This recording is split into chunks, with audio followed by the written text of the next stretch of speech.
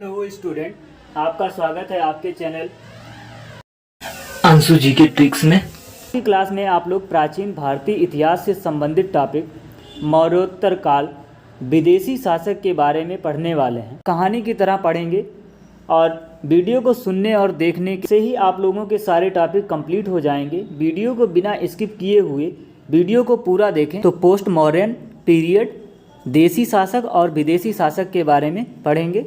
तो देसी शासक शुंग वंश, कण्व वंश, सातवाहन वंश, चेद वंश और विदेशी शासक इंडो ग्रीक शक, पार्थियन, कुषाण वंश। तो देसी शासक के बारे में इसके पिछले क्लास में पढ़ चुके हैं। आज विदेशी शासक के बारे में पढ़ेंगे। तो शुरू करते हैं। विदेशी शासक, इंडो ग्रीक शासक, हिंद यवन, इन्हीं को हिंद यवन भी कहते हैं। मौर्योत्तर काल में भारत की पश्चिमी सीमा पर लगातार हमले हुए। पहला आक्रमण जो है हिंद यूनानी या बैक्ट्रियाई यूनानी द्वारा किया गया। बैक्ट्रियाई, हिंद यूनानी या बैक्ट्रियाई भी कह सकते हैं, द्वारा किया गया। इंडो ग्रीक की भारत विजय का इतिहास। यूथेडेमस के शक्तिशाली पुत्र डेमेट्रियस, यूथेडेमस का शक्तिशाली पुत्र जो है डेमेट्रियस प्रथम के समय से ही प्रारंभ होता है। प्रमुख शासक डेमेट्रियस प्रथम। भारत की सीमा में सर्वप्रथम प्रवेश करने का श्रेय डेमेट्रियस प्रथम को है। उसने 183 ईसा पूर्व के लगभग पंजाब के कुछ भाग को जीतकर उसने साकल आधुनिक सियालकोट को अपनी राजधानी बनाया। डेमेट्रियस ने भारतीय राजा की उपाधि धारण की और यूनानी तथा खरोष्टी दोनों लिपियों वाले सिक्के चलवाए। डेमेट्रियस के बाद यूक्रेटाइड्स ने भारत के कुछ हिस्सों को जीतकर तक्षशिला को अपनी राजधानी बनाया। उसने साकल को डेमेट्रियस ने और यूक्रेटाइड्स ने तक्षशिला को। बैक्ट्रिया में यवनों का अंतिम शासक हेलियोक्लीज था। 125 ईसा पूर्व के लगभग बैक्ट्रिया से यवन शासक समाप्त हो गया। वहां शकों का राज्य स्थापित हो गया। मिनांडर 165 से 145 ईसा पूर्व। मिनांडर सबसे प्रसिद्ध हिंद यूनानी शासक हुआ। संभवतः डेमेट्रियस कुल का था। मिनांडर को बौद्ध साहित्य में मिलिंद, वह बौद्ध अनुयायी था। बौद्ध ग्रंथ मिलिंद पन्हों में बौद्ध भिक्ष नागसेन एवं मिनांडर के बीच वाद विवाद। उसकी राजधानी साकल शिक्षा का प्रमुख केंद्र थी।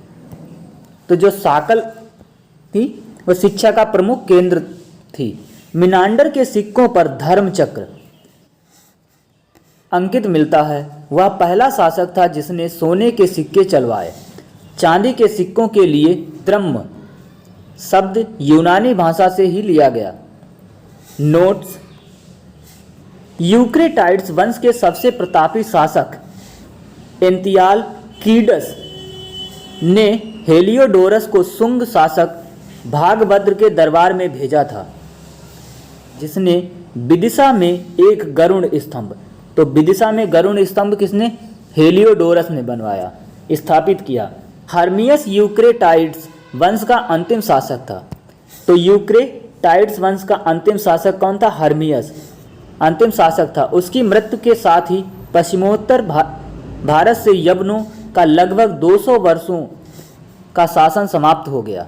तो यूनानियों की देन राजतत्व का दैवीय सिद्धांत, जो राजतत्व का दैवीय सिद्धांत है वह यूनानियों की देन है। सांचों से सिक्का निर्माण की विधि, मुद्राओं पर नाम, चित्र, तिथि अंकित करने का प्रचलन, काल गणना, संवत का प्रयोग, सप्ताह के 7 दिन, 12 राशियां और कैलेंडर वर्ष। भारत में ज्योतिष कला का विकास जो है इन्हीं के समय हुआ है। भारत में एक नवीन शैली हेलेनिस्टिक कला का विकास, भारतीय रंगमंच में पर्दा का शुभारंभ इन्हीं के समय से हुआ है। अब अगले शासक हैं शक। शक सीरिया के उत्तर में निवास करने वाले थे। बोलन दर्रे से जो है भारत में आए। भारतीय स्रोतों में शकों को सीथियन कहा गया। 5 शाखाओं में विभक्त थे। अफगानिस्तान में, मथुरा में, ऊपरी दक्कन पंजाब, राजधानी तक्षशिला। और पांचवा है पश्चिमी भारत में। तो ये 5 जगह विभक्त थे। पश्चिमी क्षत्रपों में क्षहरात वंश नासिक का नहपान तथा कादरमक वंश उज्जैन का रुद्रदामन सबसे प्रसिद्ध शासक थे। प्रमुख शासक कौन कौन से हैं? मोगा या माउस, तक्षशिला के शासकों में मोगा या माउस प्रमुख था। उसे प्रथम शक शासक माना जाता है। तो इसे जो है प्रथम शक शासक माना जाता है। उसके अनेक सिक्के प्राप्त हुए। इसके जो है अनेक सिक्के प्राप्त हुए। इसके बाद में है नहपान। महाराष्ट्र के पश्चिमी क्षेत्र के शक शासकों में क्षहरात वंश का नहपान सबसे प्रसिद्ध था। नहपान जो है क्षहरात वंश का सबसे प्रसिद्ध राजा था। सातवाहन शासक गौतमी पुत्र सातकर्णी से वह पराजित हुआ। नहपान के सिक्कों पर उसके लिए राजा संबोधन, तो इसके सिक्के अजमेर से नासिक तक मिलते हैं। शासक कौन था? रुद्रदामन। भारत में शकों का सर्वाधिक प्रसिद्ध राजा रुद्रदामन प्रथम 130 ईस्वी से 150 ईस्वी हुआ। उसके राज्याधिकार में सिंध, कोंकण, नर्मदा घाटी, मालवा, काठियावाड़ और गुजरात का एक बड़ा भाग था। रुद्रदामन ने सुदर्शन झील जो है कहाँ है? गुजरात में। इसका जीर्णोद्धार किया। यह बनी कब थी? मौर्य काल में। मौर्य काल में इसका निर्माण हुआ था। उसके समय सौराष्ट्र प्रांत का शासक सुविशाख था। इस समय इसके कालीन जो है सौराष्ट्र का शासक जो है सुविशाख था। रुद्रदामन संस्कृत का बड़ा प्रेमी था। विशुद्ध संस्कृत में जूनागढ़ अभिलेख जो है रुद्रदामन ने संस्कृत में लिखवाया। नोट: इस वंश का अंतिम शासक रुद्र सिंह तृतीय था। इस वंश का अंतिम शासक जो है रुद्र सिंह तृतीय था। गुप्त शासक चंद्रगुप्त द्वितीय या विक्रमादित्य। गुप्त शासक चंद्रगुप्त द्वितीय या विक्रमादित्य ने उसे पराजित कर पश्चिमी क्षत्रपों के राज्य को अपने साम्राज्य में मिला लिया। अब अगला वंश है पहलव वंश या पार्थियन साम्राज्य। पार्थियन लोगों का मूल निवास स्थान ईरान था। तो यहाँ से प्रश्न बन सकता है पार्थियन लोगों का मूल निवास स्थान क्या था? ईरान था। पश्चिमोत्तर भारत में शकों के आधिपत्य के बाद पार्थियन लोगों का आधिपत्य हुआ। भारत में पार्थियन साम्राज्य का वास्तविक संस्थापक किसे माना जाता है? मिथ्रेडेटस प्रथम। मिथ्रेडेटस प्रथम 171 से 130 ईसा पूर्व था। पहलव वंश का सर्वाधिक शक्तिशाली शासक गोंडो फर्नीज 20 से 41 ईस्वी तथा खरोष्टी लिपि में उत्कीर्ण तख्ते वही अभिलेख में इसे गुदुबहर कहा गया है। फारसी में उसका नाम बिल्दफर्ण है जिसका अर्थ है यश विजयी। तो इस साम्राज्य का जो है अंत कुषाणों के द्वारा हुआ। अब अगला वंश है कुषाण वंश। पार्थियन शासक का अंत कर स्वयं कुषाणों ने इन्हें सूची या तोचेरियन या तोखारी भी कहा जाता है। इनका मूल निवास स्थान जो है चीन की सीमा पर स्थित चीनी तुर्किस्तान था। चीनी तुर्किस्तान था। प्रमुख शासक कौन कौन हुए? कुजुल कडफिसस 15 ईस्वी से 65 ईस्वी। तो कुषाण वंश की स्थापना जो है किसने की? कुजुल कडफिसस। इसने रोमन सिक्कों की नकल करके तांबे के सिक्के चलाए। बिम कडफिसस 65 ईस्वी से 78 ईस्वी। बिम कडफिसस जो है भारत में कुषाण शक्ति का वास्तविक संस्थापक माना जाता है। इसने सिंधु नदी पार करके तक्षशिला और पंजाब पर अधिकार कर लिया। उसने बड़ी संख्या में सोने के सिक्के जारी किए। उसके सिक्कों पर एक ओर यूनानी लिपि तथा दूसरी ओर खरोष्टी लिपि उत्कीर्ण थी। एक तरफ यूनानी लिपि तथा दूसरी तरफ खरोष्टी लिपि उत्कीर्ण थी। वह शैव मतानुयायी था तथा उसने महेश्वर की उपाधि धारण की। उसके कुछ सिक्कों पर शिव, नंदी तथा त्रिशूल की आकृतियां मिलती हैं। अपने शासनकाल में अनेक उपाधियां यथा महाराज, राजाधिराज, महेश्वर एवं सर्वलोकेश्वर आदि धारण की। ये इसी वंश का शासक जो है कनिष्क, कनिष्क जो है कुषाण वंश का महानतम शासक था। उसने 78 ईस्वी में अपना राज्यारोहण किया तथा इसके उपलक्ष्य में शक संवत चलाया। कार द्वारा प्रयोग में लाया जाता है। यह चैत्र 22 मार्च अथवा 21 मार्च से प्रारंभ होता है। रोमन सम्राट की भांति कनिष्क ने कैसर या सीजर की उपाधि धारण की तथा शकों की भांति क्षत्रप शासन व्यवस्था लागू की। कनिष्क की प्रथम राजधानी पेशावर पुरुषपुर, इसका पुराना नाम जो है पुरुष, एवं दूसरी राजधानी मथुरा थी। कनिष्क ने कश्मीर जीतकर वहां कनिष्कपुर नामक नगर बसाया। कनिष्क ने बौद्ध धर्म का मुक्त हृदय से संपोषण एवं संरक्षण किया। या उसके समय में कश्मीर के कुंडलवन में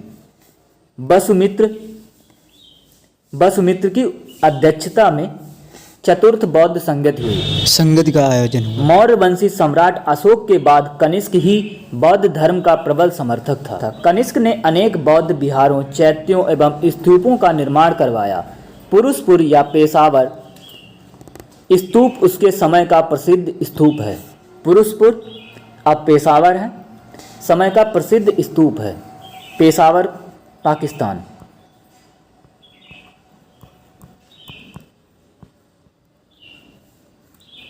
पाकिस्तान में। इसके दरबार में पार्श्व, अश्वघोष, वसुमित्र तथा नागार्जुन जैसे विद्वान और चर्क जैसे चिकित्सक, चर्क जो है चिकित्सक विद्वान थे, नागार्जुन विद्वान, वसुमित्र तथा अश्वघोष पार्श्व के दरबार के महान विद्वान थे। कनिष्क कला एवं संस्कृत का महान संरक्षक था। उसके समय में मूर्ति कला की गांधार एवं मथुरा शैली का जन्म हुआ। इसी के समय गांधार एवं मथुरा शैली का जन्म हुआ। चीन से रोम को जाने वाली सिल्क मार्ग का अपना नियंत्रण स्थापित किया। कनिष्क ने पाटलिपुत्र पर आक्रमण कर वहां के प्रसिद्ध विद्वान अश्वघोष, बुद्ध का भिक्षा पात्र और एक अनोखा कुक्कुट प्राप्त किया। महास्थान बोगरा में पाई गई सोने की मुद्रा पर कनिष्क की एक खड़ी मूर्ति अंकित है। कनिष्क का चीन के शासक पांचाल से युद्ध हुआ था, जिसमें पहले कनिष्क की पराजय हुई तथा बाद में विजय। कनिष्क को द्वितीय अशोक कहा जाता है। कनिष्क को किस उपनाम से जाना जाता है? द्वितीय अशोक के नाम से भी जाना जाता है। यह संभवतः रुद्रदामन द्वारा पराजित हुआ और मालवा शकों के हाथ में चला गया। जो कनिष्क कुल का अंतिम महान सम्राट वासुदेव था। नोट: कनिष्क के दरबार में प्राप्त विद्वान अश्वघोष, वह चतुर्थ बौद्ध संगत का उपाध्यक्ष तथा उच्च कोटि का साहित्यकार था। बुद्ध चरित्र तथा सूत्रालंकार उनकी प्रसिद्ध रचनाएं हैं। अश्वघोष ने क्या लिखा? बुद्ध चरित्र एवं सूत्रालंकार उनकी प्रसिद्ध रचनाएं हैं। नागार्जुन वह दार्शनिक व वैज्ञानिक था। उसकी तुलना मार्टिन लूथर से की जाती है। उन्होंने अपने ग्रंथ आध्यात्मिक सूत्र में सापेक्षता के सिद्धांत का प्रतिपादन किया था। तो सापेक्षता के सिद्धांत का प्रतिपादन जो है किसने किया था? नागार्जुन ने किया था। वसुमित्र बौद्ध संगीत के अध्यक्ष थे। उन्होंने प्रसिद्ध ग्रंथ महाभाष्य शास्त्र की रचना की, जो बौद्ध जातकों पर टीका है। बौद्ध धर्म का विश्वकोश कहा जाता है। तो यहाँ से प्रश्न बन सकता है, बौद्ध धर्म का विश्वकोश किसे कहा जाता है? तो महाविभाष्य शास्त्र को बौद्ध धर्म का विश्वकोश कहा जाता है। चर्क आयुर्वेद के आचार्य कनिष्क के राजवैद्य थे। आयुर्वेद के ये आचार्य थे और कनिष्क के राजवैद्य। मौर्योत्तर कालीन प्रशासनिक व्यवस्था कैसी थी? चीनी शासकों के अनुरूप कुषाण राजाओं ने मृत राजाओं की मूर्तियां स्थापित करने के लिए मंदिर बनवाने की प्रथा देवकुल आरंभ की। चीनी शासकों के अनुरूप कुषाण राजाओं ने देवपुत्र जैसी उपाधियां धारण की। मूर्ति पूजा का आरंभ कुषाण काल से ही माना जाता है। तो सातवाहन शासकों ने ब्राह्मण एवं बौद्ध भिक्षुओं को पहली शताब्दी ईसा पूर्व में कर मुक्त भूमि प्रदान करने की प्रथा प्रारंभ की। नानाघाट अभिलेख में भूमिदान का प्रथम अभिलेखी प्रमाण मिलता है। तो भूमिदान का प्रथम अभिलेखी प्रमाण कहाँ से मिलता है? नानाघाट अभिलेख में। कुषाणों ने राज्य शासन में क्षत्रप प्रणाली चलाई। कुषाणों ने राज्य शासन में क्षत्रप प्रणाली चलाई। शको एवं पार्थियन ने दो आनुवंशिक राजाओं के संयुक्त शासन की परिपाटी चलाई थी। कुषाण लेखों से पहली बार नायक तथा महादंड नायक पदाधिकारी का उल्लेख मिलता है। कुषाणों ने प्रांतों में द्वैत शासन की प्रणाली प्रारंभ की। आर्थिक व्यवस्था कैसी थी? मुद्राएं, सोने का सिक्का निष्क स्वर्ण, चांदी का सिक्का शतमान, तांबे का सिक्का काकड़ी। तो ये सोने का सिक्का जो है निष्क या स्वर्ण, चांदी का सिक्का शतमान, तांबे का सिक्का जो है काकड़ी नाम से चलता था। हिंद एवं शकों ने सर्वप्रथम सोने के सिक्के चलाए। शकों ने सर्वप्रथम सोने के सिक्के चलाए। उनके सिक्कों पर द्विभाषिक लेख होते थे। एक तरफ यूनानी भाषा यूनानी लिपि में तथा दूसरी तरफ प्राकृत भाषा खरोष्टी लिपि में। कुषाण शासकों ने सर्वाधिक शुद्ध सोने के सिक्के चलाए। सातवाहनों ने शीशे के अतिरिक्त चांदी, तांबा, पोटीन, तांबा की सीसा तथा मिश्र धातु आदि के सिक्के भी चलाए। तो वाणिज्य एवं व्यापार इनका कैसा था? आर्थिक रूप से इस काल का उज्ज्वल पक्ष वाणिज्य व्यापार की प्रगति था। इस समय व्यापार मुख्यतः अरब सागर के तटवर्ती बंदरगाहों पर होता था। इस काल में बारबेरिकस सिंधु के मुहाने पर, अरिकामेड पूर्वी तट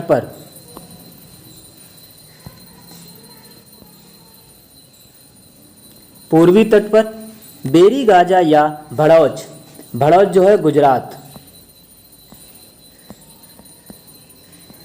पश्चिमी तट पर आदि महत्वपूर्ण बंदरगाह थे। तो इस कुषाणों ने चीन से ईरान तक तथा पश्चिम एशिया तक जाने वाले रेशम मार्ग पर नियंत्रण कर रखा था।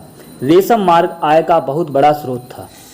प्रथम शताब्दी ईस्वी में अज्ञात यूनानी नाविक ने अपनी पेरिप्लस ऑफ द एरिथ्रियन सी नामक पुस्तक में भारत द्वारा रोम को निर्यात की जाने वाली वस्तुओं का विवरण दिया।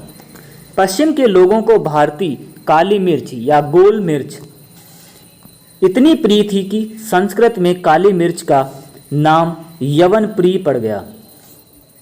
नोट: ईसा की पहली सदी में हिप्पालस नामक ग्रीक नाविक ने अरब सागर से चलने वाली मानसून हवाओं की जानकारी दी। शिल्प एवं उद्योग कैसा था? व्यापार एवं विनिमय में मुद्राओं का प्रयोग मौर्योत्तर युग की बड़ी देन है। इस काल का प्रमुख उद्योग वस्त्र उद्योग था। साटक नामक वस्त्र के लिए मथुरा, रेशों से बने वस्त्र के लिए मगध, मलमल के लिए बंग एवं पुंड्र क्षेत्र तथा मसालों के लिए दक्षिण भारत प्रसिद्ध था। तो इनकी सामाजिक व्यवस्था कैसी थी? मौर्योत्तर काल में परंपरागत चारों वर्ण ब्राह्मण, क्षत्रिय, वैश्य और शूद्र मौजूद थे, किंतु शिल्प एवं वाणिज्य में उन्नति का फायदा शूद्रों को मिला। मौर्योत्तर काल में ही शैव धर्म के अंतर्गत पाशुपत संप्रदाय का विकास हुआ, जिसके प्रवर्तक लकुलिस पाशुपत संप्रदाय का जो है लकुलिस को माना जाता है। इस काल में भागवत धर्म का विकास हुआ, जो वैष्णव संप्रदाय से जुड़ा था। कृष्ण के उपासक भागवत कहलाए। सातवाहन शासकों के नाम का मात्र प्रधान होना स्त्रियों की अच्छी दशा को दर्शाता है। स्त्रियों धार्मिक कार्यों में पति के साथ भाग लेती थीं। कभी कभी वे शासन कार्यों में भाग लेती थीं। धार्मिक व्यवस्था कैसी थी? भक्ति का विकास इस काल के धर्म की प्रमुख विशेषता है। बाद में भक्ति के साथ अवतारवाद की परिकल्पना भी जुड़ गई। अवतारवाद के साथ साथ मूर्ति पूजा भी की जाने लगी। मौर्योत्तर काल में बौद्ध धर्म और उसकी महायान शाखा का सर्वाधिक प्रचार प्रसार हुआ। मौर्योत्तर काल में महायान शाखा का जो है सर्वाधिक प्रचार प्रसार हुआ। बौद्ध धर्म में मूर्ति पूजा आरंभ हुई एवं इसका प्रचलन ब्राह्मण समुदाय में भी हुआ। संभवतः भारत में सबसे पहले बुद्ध की मूर्तियों की पूजा की गई महायान शाखा द्वारा। संभवतः सबसे पहले बुद्ध की मूर्तियों की पूजा की गई महायान शाखा द्वारा। कला एवं संस्कृति। मौर्योत्तर काल में कला का आधार मुख्यतः बौद्ध धर्म ही रहा। इसके शासन काल में कला के क्षेत्र में दो स्वतंत्र शैलियों का विकास हुआ, एक गांधार तथा दूसरी मथुरा शैली। गांधार कला ईसा पूर्व प्रथम शताब्दी के मध्य उत्तर पश्चिम में गांधार में कला की एक शैली का विकास हुआ जिसे गांधार शैली कहा गया। इस शैली को इंडो ग्रीक शैली या ग्रीक बुद्धिस्ट शैली भी कहा जाता है। इसी शैली को इंडो ग्रीक शैली या बुद्धिस्ट शैली भी कहा जाता है। इसका सर्वाधिक विकास जो है कुषाण काल में हुआ। इस कला की विषय वस्तु बौद्ध परंपरा से ली गई। इस कला की जो है विषय बौद्ध कला से ली गई, किंतु निर्माण का ढंग जो है यूनानी था। गांधार मूर्ति कला शैली में बुद्ध की मूर्तियां यूनानी देवता अपोलो के समान बनाई गईं। गांधार मूर्ति कला शैली में बुद्ध की मूर्तियां जो हैं यूनानी देवता अपोलो के समान बनाई गई। गांधार कला शैली की उत्पत्ति का स्रोत एशिया माइनर तथा हेलेनिस्टिक कला थी। एशिया माइनर तथा हेलेनिस्टिक कला थी। मथुरा कला जैन धर्मानुयायियों ने भी मथुरा मूर्ति कला की शैली को प्राश्रय दिया, जहां शिल्पियों ने महावीर की एक मूर्ति बनाई। इस शैली में मुख्यतः लाल बलुआ पत्थर का प्रयोग किया जाता था। मथुरा कला का भरहुत और सांची की कलाओं के साथ निकट का संबंध है। भरहुत और सांची की कलाओं के साथ निकट का संबंध है। मौर्योत्तर कालीन साहित्य। इस काल में साहित्य रचना में संस्कृत भाषा का प्रचलन अधिक था। तो इस काल की रचना में संस्कृत भाषा का प्रचलन जो है अधिक था। पतंजलि ने महाभाष्य की रचना की, जो उनके पूर्ववर्ती व्याकरणाचार्य पाणिनि की रचना अष्टाध्यायी की टीका है। पूर्ववर्ती व्याकरणाचार्य पाणिनि अष्टाध्यायी की टीका है। सबसे प्रसिद्ध स्मृति मनु स्मृति ईसा पूर्व दूसरी सदी में लिखी गई।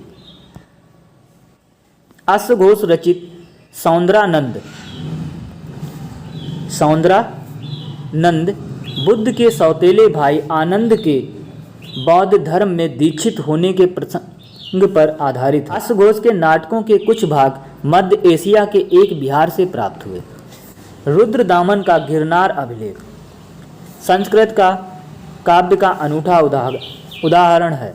संस्कृत काव्य का अनूठा उदाहरण है गिरनार अभिलेख। कुषाण साम्राज्य के सुई विहार के अभिलेख में भी संस्कृत का प्रयोग हुआ है। सुई विहार के अभिलेख में भी संस्कृत का प्रयोग हुआ है। मौर्यकालीन साहित्य क्या थे? एक तरफ रचना है, दूसरी तरफ रचनाकार। गाथा सप्तशती जो है किसने लिखी? हाल। महाभाष्य पतंजलि ने, चरक संहिता चरक ने, नाट्यशास्त्र भरत मुनि, मिलिंद पन्हो नागसेन, कामसूत्र किसने लिखी? वात्स्यायन, सौंदरानंद बुद्धचरित, अश्वघोष, स्वपन वासवदत्ता भास ने लिखी, चारुदत्ता भास, उरुभंग भास ने लिखी। तो आज के लिए इतना ही। मिलते हैं नेक्स्ट वीडियो में। वीडियो अगर अच्छा लगा हो तो वीडियो को लाइक